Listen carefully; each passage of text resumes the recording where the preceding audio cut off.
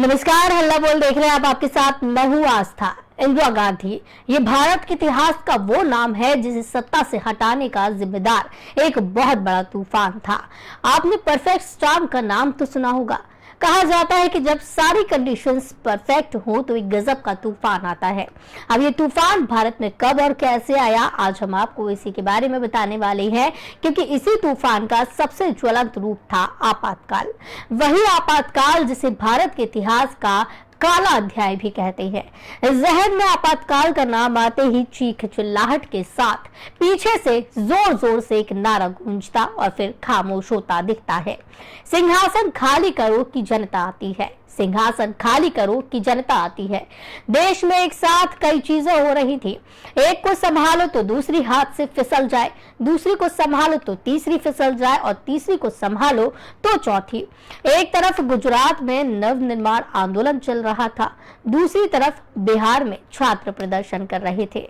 तभी जयप्रकाश नारायण बिहार प्रदर्शन से जुड़ गए और देश भर में इसे क्रांति को आग की तरह फैला दिया। इतना सब हो रहा था कि सभी रेल कर्मियों की हड़ताल होने लगी। इसी वक्त इलाहाबाद हाई कोर्ट ने राजनारायण मामले में अपना फैसला सुना दिया।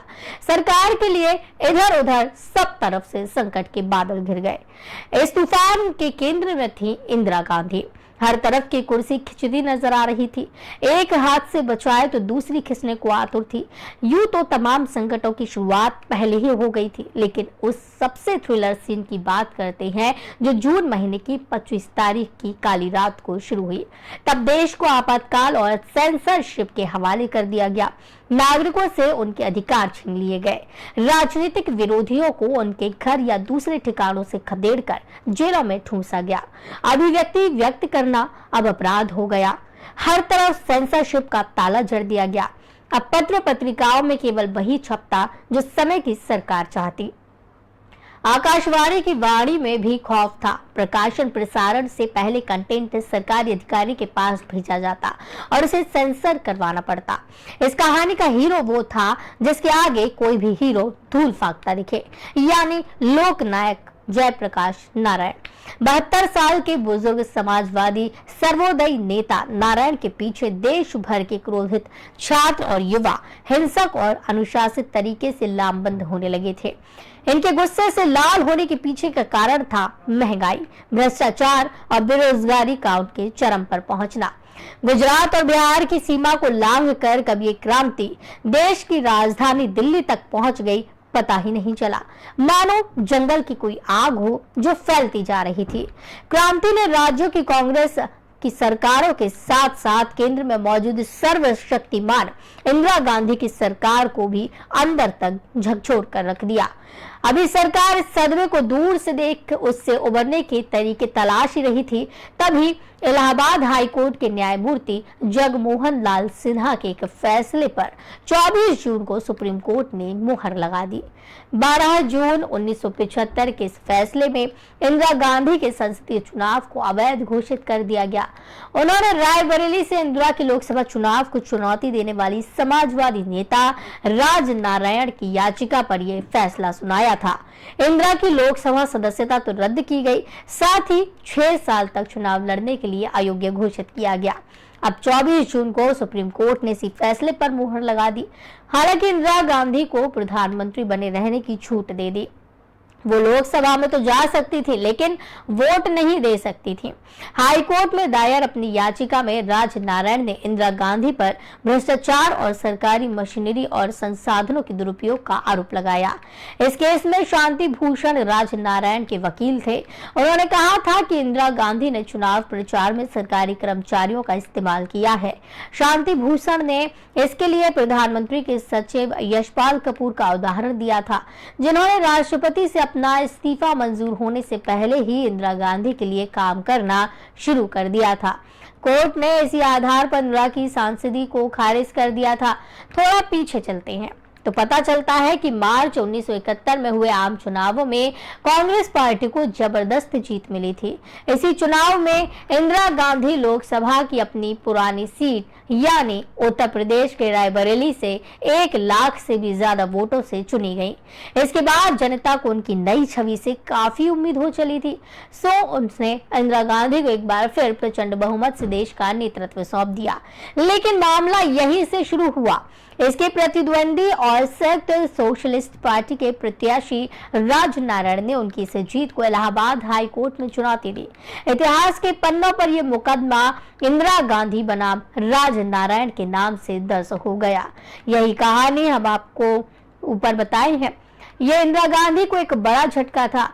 फिर दिन आया 25 जून का।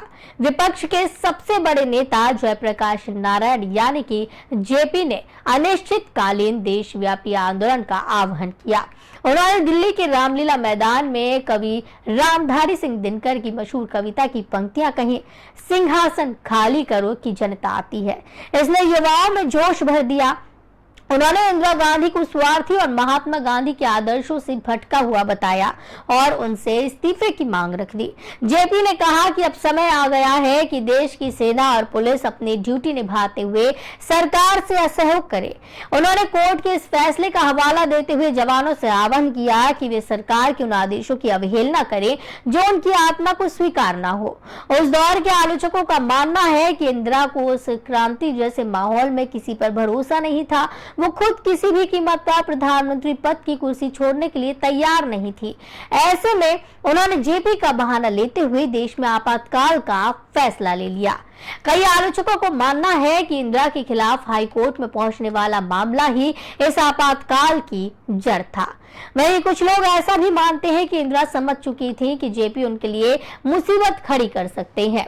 इससे पहले कि उनसे कुर्सी छिन जाए, उन्होंने इस फैसले को रेडियो पर सुनाकर देश की आवाजों को हाहाकार का रूप दे दिया। जेपी ने अपने भाषण में कहा, मेरे मित्र बता रहे हैं कि मुझे गिरफ्तार किया जा सकता है क्योंकि हमने सेना और पुलिस को सरकार के गलत आदेश नहीं मानने का आह्वान किया, मगर मुझे इसका डर नहीं और मैं आज इस रैली में जो अपने उस आह्वान को फिर दोहराता हूँ ताकि कुछ दूर संसद में बैठे लोग भी सुन सके। आज फिर मैं पुलिस कर्मियों और जवानों का आह्वान करता हूं कि इस सरकार का आदेश ना माने क्योंकि इसने शासन करने की अपनी वैधता को खो दिया है। इसने सरकार बुरी तरह थर्रा गई। अगला जो कदम उसने उठाया उसने भारतवासियों के होश उड़ा दिए। मीडिया के पैर कांप उठे, देश भर में हाहाकार मच गया। जब 26 जून साल 1975 गुरुवार की सुबह लोगों की नींद खुली तो रेडियो पर आने वाली आवाज तत्कालीन प्रधानमंत्री इंदिरा गांधी की थी। इस आवाज में एक ऐसा संदेश गूंजा जिसके बाद सुनने वाले नेताओं के चेहरों पर हवाइयां उड़ी थी। संदेश में इंदिरा ने कहा, भाइयों बहनों, राष्ट्रपति जी ने आपातकाल की घोषणा की है। आपातकाल जरूरी हो गया। एक जना सेना को विद्रोह के लिए भड़का रहा है, इसलिए देश की एकता और अखंडता के लिए यह फैसला जरूरी हो गया था। लेकिन इससे सामान्य लोगों को डरने की जरूरत नहीं है। साल 1975 में आपातकाल का दौर देखने वाले बताते हैं कि रेडियो पर जैसे ही संदेश खत्म हुआ वैसे ही हाहाकार मचना शुरू हो गया। इस ऐलान के बाद देश में सरकार की आलोचना करने वालों को जेलों में ठूंसा जाने लगा।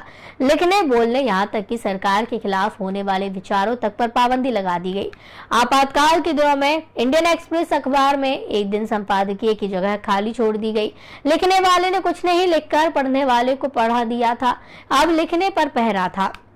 कुछ समझ नहीं आ रहा था ये सब महज एक चुनाव की वजह से या फिर जेपी की सरकार के खिलाफ खड़े होने की वजह से हो रहा है। दरअसल इंदिरा के संबोधन में जना कोई और नहीं बल्कि जयप्रकाश नारायण थे। लोक नायक कहे जाने वाले जयप्रकाश नारायण पूरे विपक्ष की अगुवाई कर रहे थे। वे मांग कर रहे थे कि बिहार की कांग्रेस सरकार इस्तीफा दे। इसके अलावा वे केंद्र सरकार पर भी हमलावर थे। उनकी रैली ने मानो कब्र में ठोकी गई आखिरी कील का काम किया हो और इंदिरा ने आपातकाल लगा दिया। इंदिरा गांधी ने इस मामले में अपने छोटे बेटे संजय गांधी, तत्कालीन कानून मंत्री हरिराम गोखले और पश्चिम बंगाल के तत्कालीन मुख्यमंत्री सिद्धार्थ शंकर रेख जैसे खास सलाहकारों से मंत्रणा की। उन्होंने आंतरिक उपद्रव की आशंका जताते हुए संविधान की धारा 352 का इस्तेमाल कर आधी रात को तत्कालीन राष्ट्रपति फखरुद्दीन अली अहमद को एक फरमान जारी कर कहा कि देश में आंतरिक आपातकाल लागू कर दिया जाए। इसके बाद जो हुआ वही इतिहास का काला दिन और काला अध्याय बन गया। ये भारत के इतिहास पर लगा वो काला दाग था जो संविधान के आंसुओं का कारण बना, वो दाग जिसे कभी हटाया नहीं जा सकता। देश में 1977 को आम चुनाव हुए जिसमें इंदिरा की कांग्रेस को बुरी हार हुई, इंदिरा गांधी को हार मिली। जनता दल ने 542 में से 296 सीट हासिल की, जबकि इंदिरा गांधी की अगुवाई वाली कांग्रेस को 154 सीटें मिली। पार्टी को 198 सीटों का इस दौरान नुकसान हुआ। तो आज के हल्ला बोल में फिलहाल इतना ही। मुझे दीजिए इजाजत। नमस्कार।